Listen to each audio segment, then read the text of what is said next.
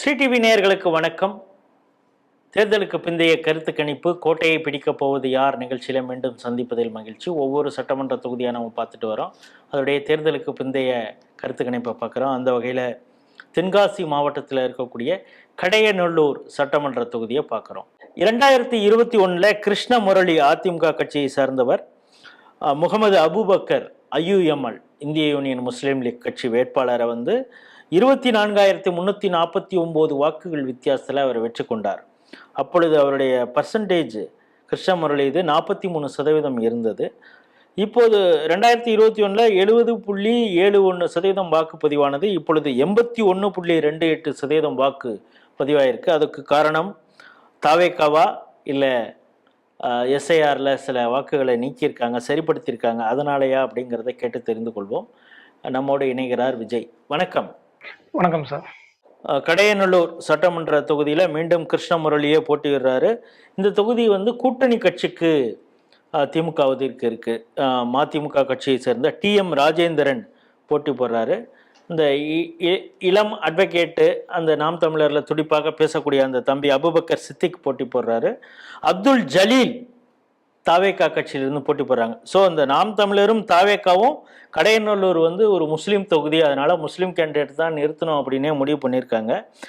அதிமுகவும் மதிமுகவும் இந்து கேண்டிடேட்டை நிறுத்தியிருக்காங்க. போட்டி எப்படி இருக்கு, யாருக்கு சாதகம்?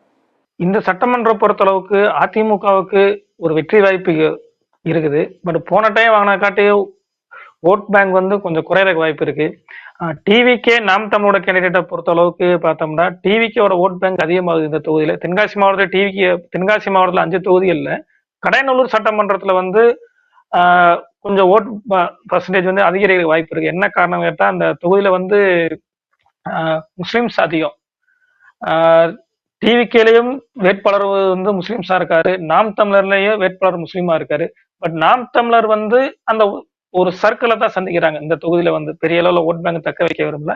ஆனா இதுங்கெல்லாம் பிரிக்கிறதுனால அதிமுகவுக்கு ஒரு வெற்றி வாய்ப்பு இருக்கு.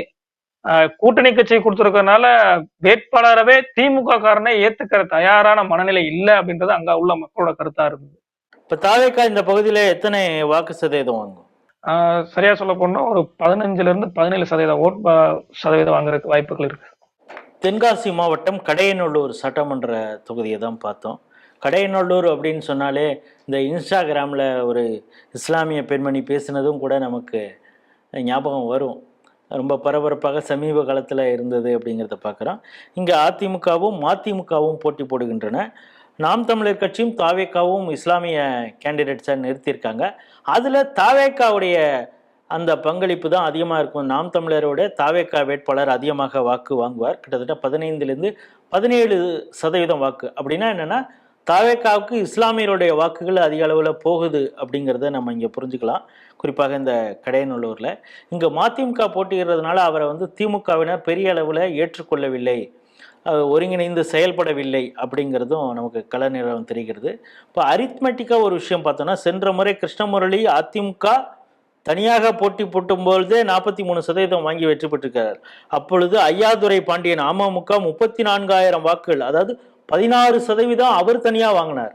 ஸோ இப்பொழுது அமமுக அதிமுக சேர்ந்திருக்கு. அப்படிங்கிறதுனால இந்த தாவேக்கா நாம் தமிழர் கட்சியெல்லாம் பிரித்தால் கூட அதிமுக வெற்றி பெறுவதற்கான வாய்ப்பு இருக்கிறது. ஸ்ரீ டிவியுடைய தேர்தலுக்கு பிந்தைய கருத்து கணிப்பு கடையநல்லூரில் அதிமுகவுக்கு வாய்ப்பு அப்படிங்கிறது தான். வேறொரு சட்டமன்ற தொகுதியில் மீண்டும் சந்திப்போம். நன்றி, வணக்கம்.